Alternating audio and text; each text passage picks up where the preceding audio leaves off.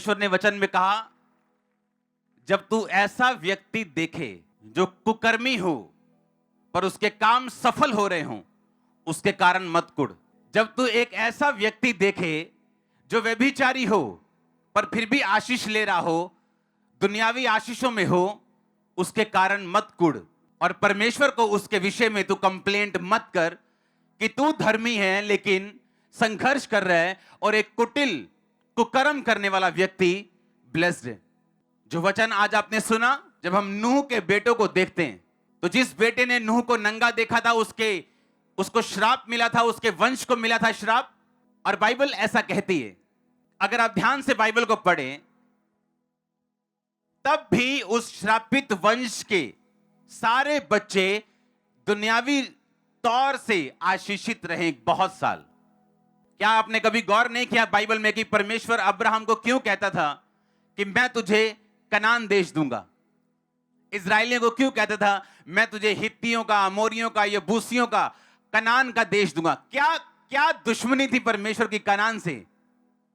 क्योंकि वो कनानी, वो हित्ती, वो सारे जितने आप वंश पढ़ते हैं जो परमेश्वर ने कहा था मैं तुमको दूंगा, वो सारे उसी बेटे के वंश हैं जिसने अपने बाप को नंगा देखा था। आप नीनवे देख लो, उसी हाम से निकला होगा, नूह के बेटे से। आप मिस्र देख लो, वो नाम आपको वहां मिलेगा। वही योना नबी नीनवे को गया था तौबा करवाने के लिए उनकी, क्योंकि वो परमेश्वर से दूर थे। और किसका वंश थे वो? उसी बेटे का जिसने पाप किया था। और अगर आप बाइबल की गहरी स्टडी करें, आपको मालूम होगा कि नीनवे जो शहर था उसको बार बार लूटा जाता था, बार बार वो प्रॉब्लम में फंसता था, बार बार उस पर अटैक होते थे। इसके बावजूद फिर भी उनका मन नहीं किया कि वो परमेश्वर की ओर मुड़े।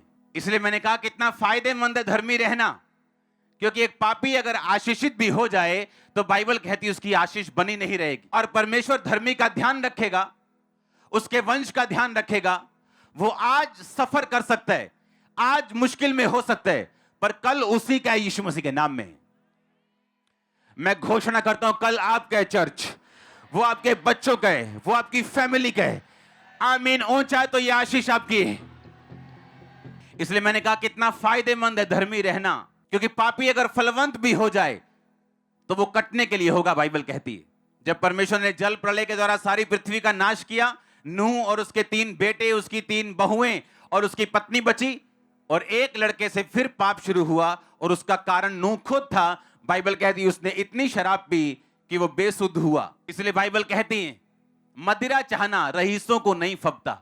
अगर आप स्पिरिचुअली रईस होना चाहते हैं, मदिरा आपको नहीं फबती, वो आपके लिए नहीं बनी। शैतान जितने मर्जी आपको वचन से आपको एग्जाम्पल्स दे, लेकिन वो रॉन्ग ही रहेगा हमेशा। हालेलुया। और वो व्यक्ति जिन्होंने अपने बाप के नंगेपन को ढका, बाइबल कहती परमेश्वर ने उन्हें फलवंत किया और आने वाले सभी देश, ब्लेसिंग्स परमेश्वर ने उन लोगों के लिए रखी।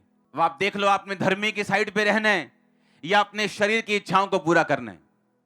अगर आप धर्म की साइड पे रहेंगे, यीशु मसीह की साइड पे रहेंगे, होली स्पिरिट की साइड पे रहेंगे, तो एंड में विक्ट्री आपकी होगी। शैतान आप पे कब्जा नहीं कर पाएगा। आमीन। छोटा है चर्च, आप मेरी बात को समझ रहे कि नहीं? एक पापी जितना मर्जी फलवंत क्यों ना हो जाए, इसका मतलब यह नहीं है कि परमेश्वर उसके साथ है। एक व्यक्ति पाप करने के 1 महीने बाद दुनियावी रूप से अगर आशीषित हो जाए, इसका मतलब यह नहीं है कि परमेश्वर ने उसके पाप को लीगल कर दिया या एक्सेप्ट कर लिया। आपने आज चूज करना है, चुनना है, आपने किस तरफ रहना है, परमेश्वर की तरफ, शरीर की तरफ, शैतान की तरफ, किसकी तरफ आप रहना चाहते हैं?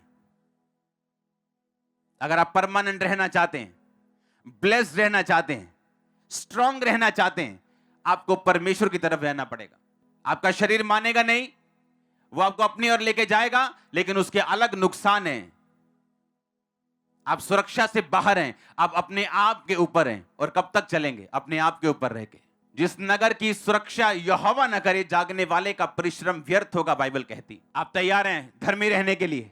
देखो कितनी बड़ी इंकरेजमेंट है ये, कितनी बड़ी इंकरेजमेंट है बाइबल में कि उन लोगों का क्या हुआ जिन लोगों ने परमेश्वर का साथ नहीं रखा, कि जो लोग धर्मी रहे हैं बाइबल में, परमेश्वर ने उनकी सुधि ली है, इमरजेंसी में उनका साथ दिए, उनको छोड़ा नहीं, उनको त्यागा नहीं।